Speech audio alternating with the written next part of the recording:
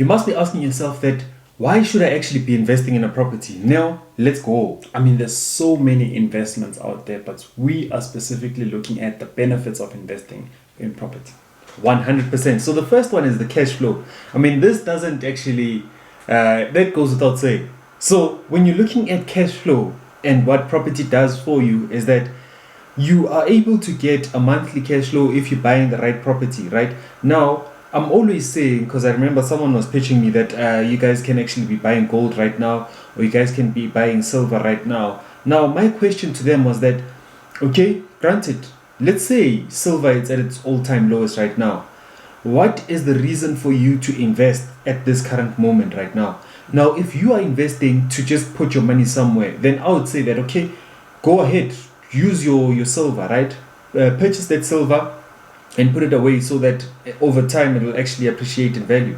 However, if your main reason of you purchasing or investing in anything is for cash flow reasons, now the question is that, why should I actually be investing in silver when I can be investing in property and actually getting a monthly cash flow whereby I can actually use this money that I'm getting on a monthly basis to actually cover my expenses?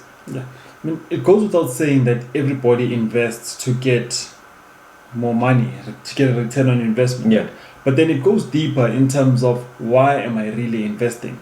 So if I'm investing because of cash flow purposes, if I'm investing because I know that one day I want to retire, I need to now be having a specific target that I'm running towards. So for instance, if I'm saying that I'm investing so that by the time I retire, I know for sure that cash flow that I'll be getting is 10,000. Now the types of properties that I should be buying should then lead me there. So I'm not buying just to scale or increase my portfolio. However, I'm buying intentional. So ultimately what I'm then saying is that this investment will be different from others, because I know with other investments, they would be giving you dividends, maybe let's just say after every 6 months or after every 4 months, depending on your contract. However, now if we're buying that right property, most importantly at that right price, I know for sure that I can be accumulating numbers that will ultimately lead me to that target, so that when I retire, I know for sure that on a monthly basis, this is how much I'm generating. Now, you spoke about something that was really important, right? When you were speaking about dividends and getting paid in dividends. Yeah. Now, my question, right? I'm not really familiar. I just want to put it as a disclaimer out there. I'm not really familiar with the stock market and how it actually works. Yeah. However, for me, I'm more comfortable if my money is sitting in an asset, number one. Number two, an asset that I have control over in terms of what do I buy and when do I buy it and when do I actually sell that property. Now, when I'm looking at a property and I'm saying that, okay, I'm getting a monthly cash flow of X. With my dividends, I'm not really sure how much will I actually be getting, because it's going to be based on the performance of that particular company that I invested in. However, when I'm having a property and my money is sitting in that property, I'm able to tell before I actually purchase that property that how much will I actually be getting on a monthly basis after all expenses are actually minused. And yes, it does happen, right? I'm not going to sit here and say that all properties will appreciate in value and all properties will appreciate with the rental income that I'm getting on a monthly basis. I mean, some people had to actually decrease their rental. However, you can actually tell roundabout how much should you actually be expecting on a monthly basis before you even purchase a property. You mentioned what we have control of, and you love something whereby you have control of, right? Yes. But now when it comes to property, so I'd like to specifically touch base on something that you would say that you don't have control over when it comes to property. Okay, so something that I don't have control over. Yeah. Number one is your tenant leaving. Yeah. You, as a landlord, you do not have control over that. However, there are ways of making sure that your tenant lives in that property for as long as possible. Now, it does happen that your tenant is just like, hey, bro, I'm out of this property, right? Peace. But now, when you have a lease agreement that tells the tenant that they can only live in this, they can live in this property, and if they do want to get out of the property, they need to tell us 2 months in advance. Then, man, that's something that will actually be protecting me on the one side. Now, we had two types of lease agreements, right? We have one lease agreement where someone was saying that, tell me 2 months before, and then I will refund you if you told me 2 months before. Now there's the other guys that are saying that you need to live your full lease, right? Period. So if you are saying it's 12 months, you need to live the full 12 months. If you decide to leave within that 12 months, then you forfeit that amount that you're actually getting. Yeah. However, if you do have the relationship with the estate agent or with the owner, that's something that could be negotiated, that I'll sit until you get someone to actually come in the property, man. So tenants, you do not really have full control over their behavior and how they're going to be paying you. Okay. Yeah. 100%, man. So going over to point number 2, I'd like to speak about force appreciation. So when it comes to property investing, and I'm speaking about force appreciation, I'm specifically looking at distressed properties or distressed sellers. So what happens in this case is that you are buying the property at X amount. But now when we're saying force appreciation, because the normal appreciation or appreciation that we know when it comes to property, we're looking at holding your property over time, and then it's going to gain momentum, and ultimately it would have gained value, and ultimately then that's where you get an appreciation. So now when we're talking about forced appreciation, we're talking about a situation whereby I'm buying it today, and if I do certain things tomorrow, it would have appreciated. Now tell us more about that. So Tell us more about that. How do you do that? when it comes to forced appreciation, we need to understand the principles of property investing, especially focusing on flip. Now, the thing is, forced appreciation, yes, you could have bought it at 900,000.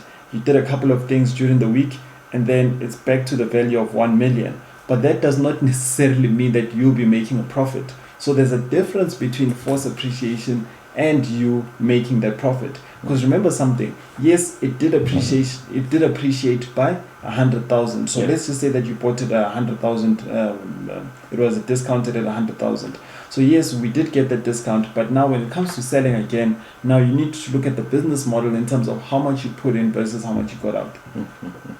Now, Neo, let's look at, you spoke about something of the property, the principles of property investing, especially looking in towards your flip, right? Yeah. Now, can you please just give us 2 or 3 of those principles that you're talking about, that these are the things that I really need to consider when I'm actually forcing my appreciation? Force appreciation is that we need to understand the area, right? So in me saying that we need to understand the area is that we need to understand what is the pull factor within that area. I remember with one situation, one of those areas, the areas that we went to go view, they were big on the space. Now what happened is that the previous property investor, so it was owned by a property investor, so what they did, they cut the property into 2. Yeah, And I remember that. Yeah. And yes, it was approved, so they did it the right way. However, now the thing is, if let's just say property in that area is selling for 1 million, and then because they cut the space of this one, and then let's just say that that area they used to 1,000 plus meters squared, and now you find this one has about 500, and now the thing is, it's evident even when you're just looking at it that but everybody has land. So ultimately, yes, you did buy it at a lower price, but now because of that factor whereby it was cut, it's a problem. So that's number 1. And then number 2, what I'd like to really touch base on is a situation that we found ourselves in recently. It's the number of bathrooms and the in-suite. It might seem as if it's something small. Yeah, However, 'cause honestly speaking, I thought that it's just a small thing, man. I Yeah. didn't think it's such a big thing. some areas, you having just one bathroom might be a problem when it comes to selling, because you find that other properties are having two bathrooms and an in-suite. And now you find yours, everybody's sharing. So yes, the number of bedrooms can be 3, but only to find out that it only has 1 toilet. So ultimately, remember something, that the power is in the hands of the market. So if people in that area prefer their privacy, and it's not that thing of that they don't mind sharing, it might be a challenge when it comes to how fast can you sell it. We're not saying that it won't sell, but we're talking about how fast can you sell it, because you find that your neighbors are having in-suites and they're also having bathtubs for separate bathrooms and for separate bedrooms. Now that ultimately does become a point down when it comes to you selling. No, man. The third point that I'd like to raise, right, is leverage. Oh, this one gets a lot of people. This one gets a lot of What is people because leveraging? We've heard leveraging so many times, bro. What is it? Tell us. How does it get people? this comes back to that thing of no money down. Yeah. This leverage part really stresses me out, especially when people don't understand what they're doing in this property industry. Okay. Right? Break it Now, down. this is what leverage is. Okay. If this pen is with 10 rand, right? Okay. I'm saying that I can actually purchase this pen with 1 rand, right? And then pay the 9 rand through time, Okay. right? That's what leverage is. So it's the same thing when it comes to property investing, that the property is worth 1 million. I'm going to be putting 10% down, 10%, which means it's 100,000. And then I'm going to be getting the property that's worth 1 million. That's Okay. the principles of leverage. Okay. Now, I hear a lot of people over leveraging, right? Saying that you can actually do a leverage of 1:100. So 1:100 basically means that you're only putting down 1% on the property. So if the property is 1 million, you would want to be putting down 10,000 as a deposit. Mm. Now, here's where the problem becomes.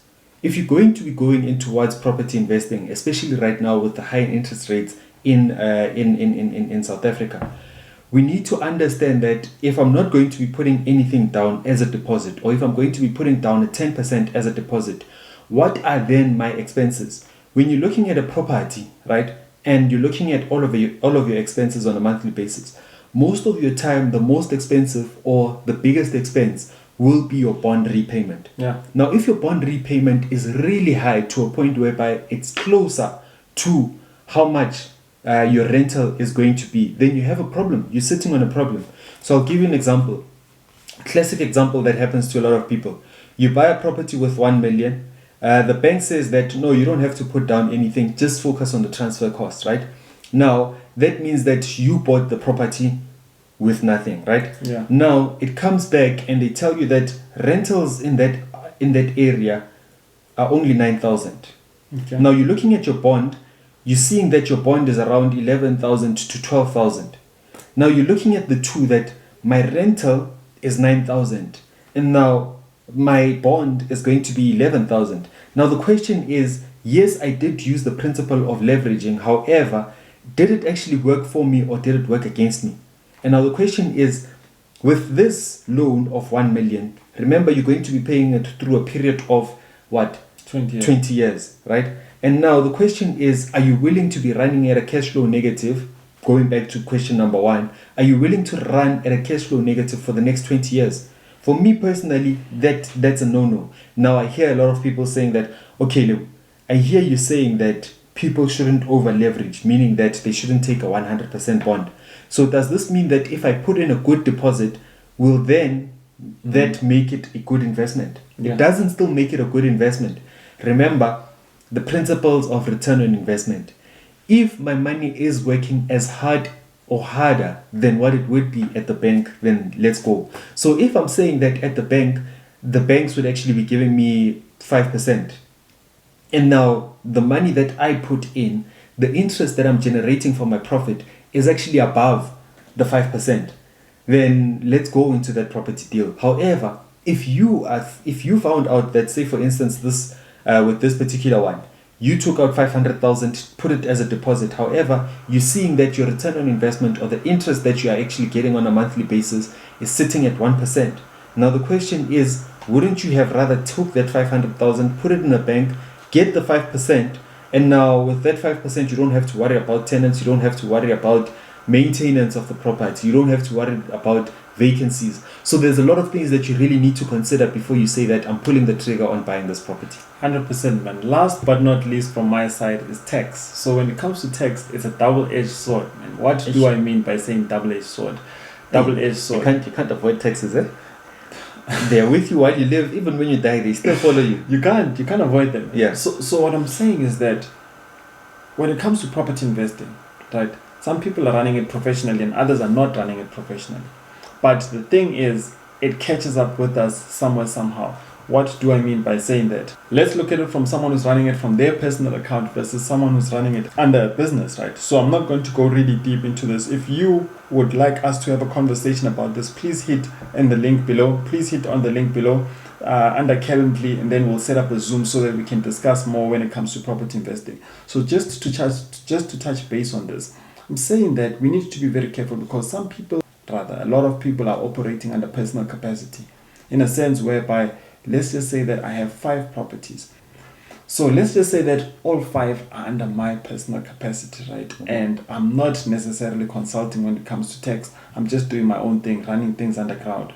So what's going to happen is that once they see that, but money has been coming in, you bought this property under personal capacity, that means all of them are exposed.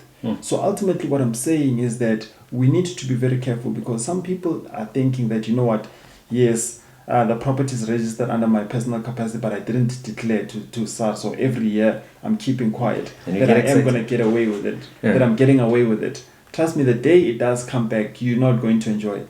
So let's be careful in terms of how are we operating, man. Now, this is a bonus, right? This is a bonus for you guys. Property is a very good, for me, property is a very good asset, right? The reason why I'm saying this is that I'm able to take a loan over this asset, right? And I'm saying that I'm going to be paying down this asset over a period of 20 years, right? While I own this property, my tenant is busy paying down my bond, Yes, right? While I'm still getting a monthly cash flow. So basically what I'm saying is that I'm actually getting paid. I mean, I'm painting it nice right now. I'm actually getting paid on a monthly basis to own this property while someone is actually paying it down in terms of my loan, right? Now, the reason why I say that this is good is that I know a lot of people are really focused on, on appreciation. However, this is another way of actually gaining equity, right? Why am I saying this? If I'm buying my property, right, and say for instance, I've owned it for the past 10 years, it means that if I'm at, let's say, year number 10, I have actually gained a lot of equity on that property.